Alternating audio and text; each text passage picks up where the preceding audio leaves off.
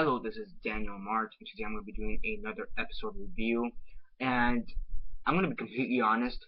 I guess I'm starting to falter on my TV reviews because I swear I had this one done already, and I was just checking my videos. Come to find out that I didn't have it already. So now I'm going to do it. I've already rewatched the episode, and now I'm going to do it. So basically, the episode is Flash, episode 9. The man in the yellow suit. So yeah, what's it about? Yeah. Before I begin, though, 10-second spoiler warning as usual for those that have yet to actually watch the episode and haven't already. Stop the video, go check it out, and then come back here and watch the rest of this review. 10-second spoiler warning as usual, starting now. Okay, starting now.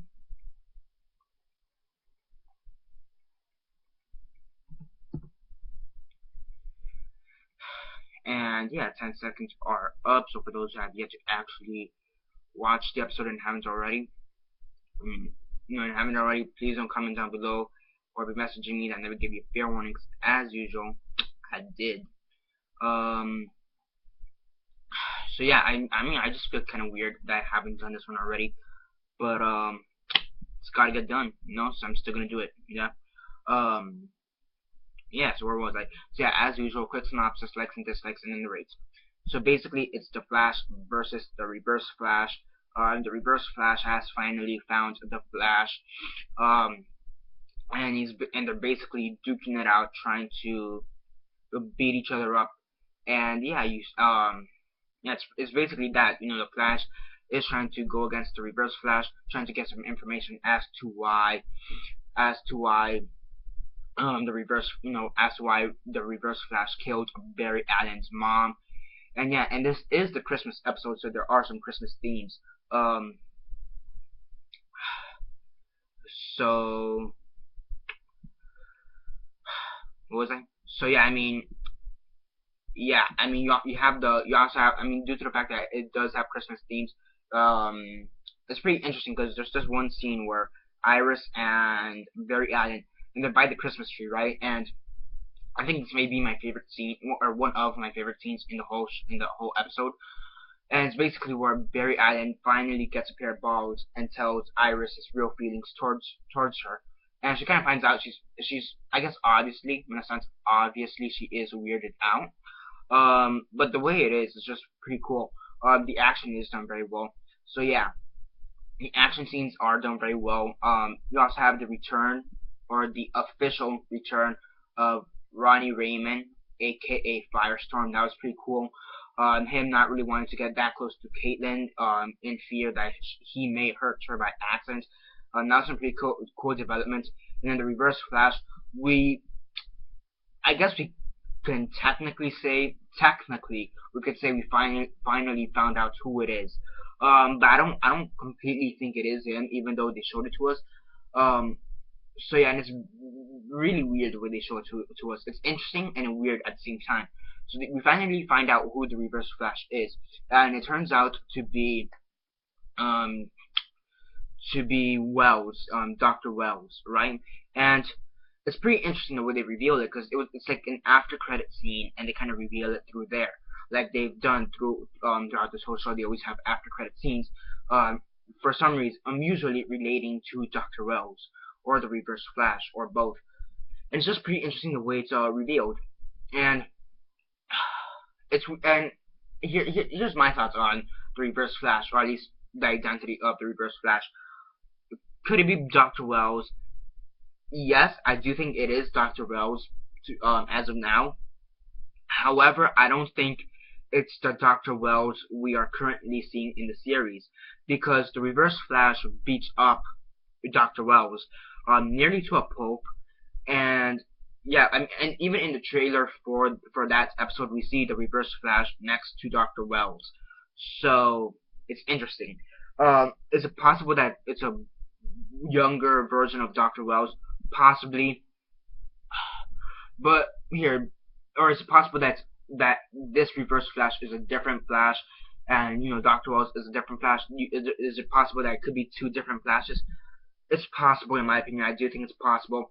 But overall, though, the reveal is interesting, but the ripple effects, like the possibility of who the actual Reverse Flash is, first off gets more confusing. It seems easier at first, but in reality it gets more confusing and just gets more interesting and makes the show a bit more interesting. I mean, overall it was a great mid-season closer. There were a few odd things every here and there that bothered me. Relating to Caitlyn and Firestorm or Ron Raymond or whatever, and also Cisco. But you know, just small details like I guess they're how convenient. I guess yeah, how convenient their path through the episode is. It was cool to see Wells versus the Flash and the Flash versus Reverse Flash.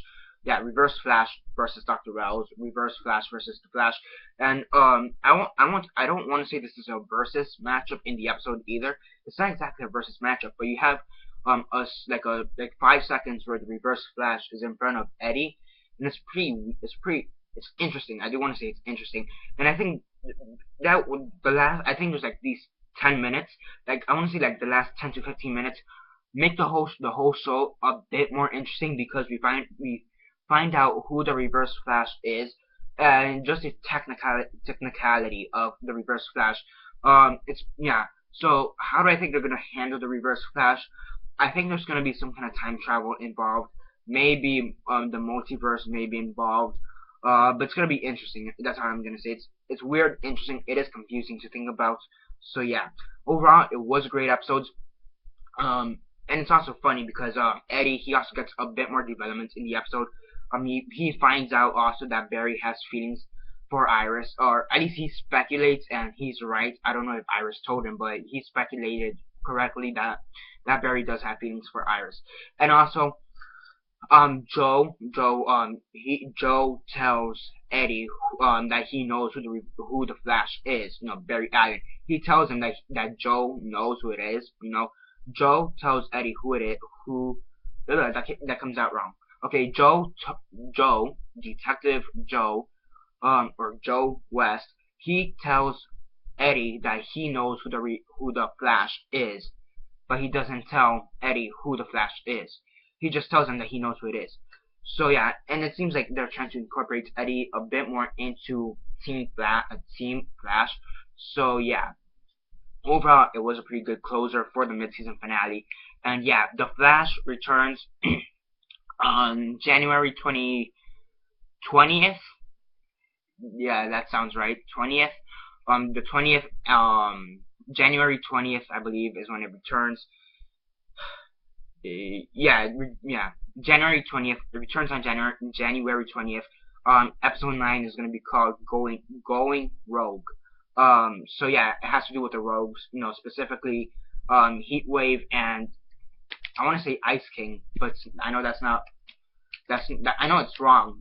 It's not Ice King, but I forget who it is. But the guy with the ice gun, Captain Cold, and yeah, so it's gonna be that. So for this episode, on a scale of 1 to 10, 1 being the worst, 10 being the best, and 6 being decent, I give it an 8 out of 10. It's a pretty good closer.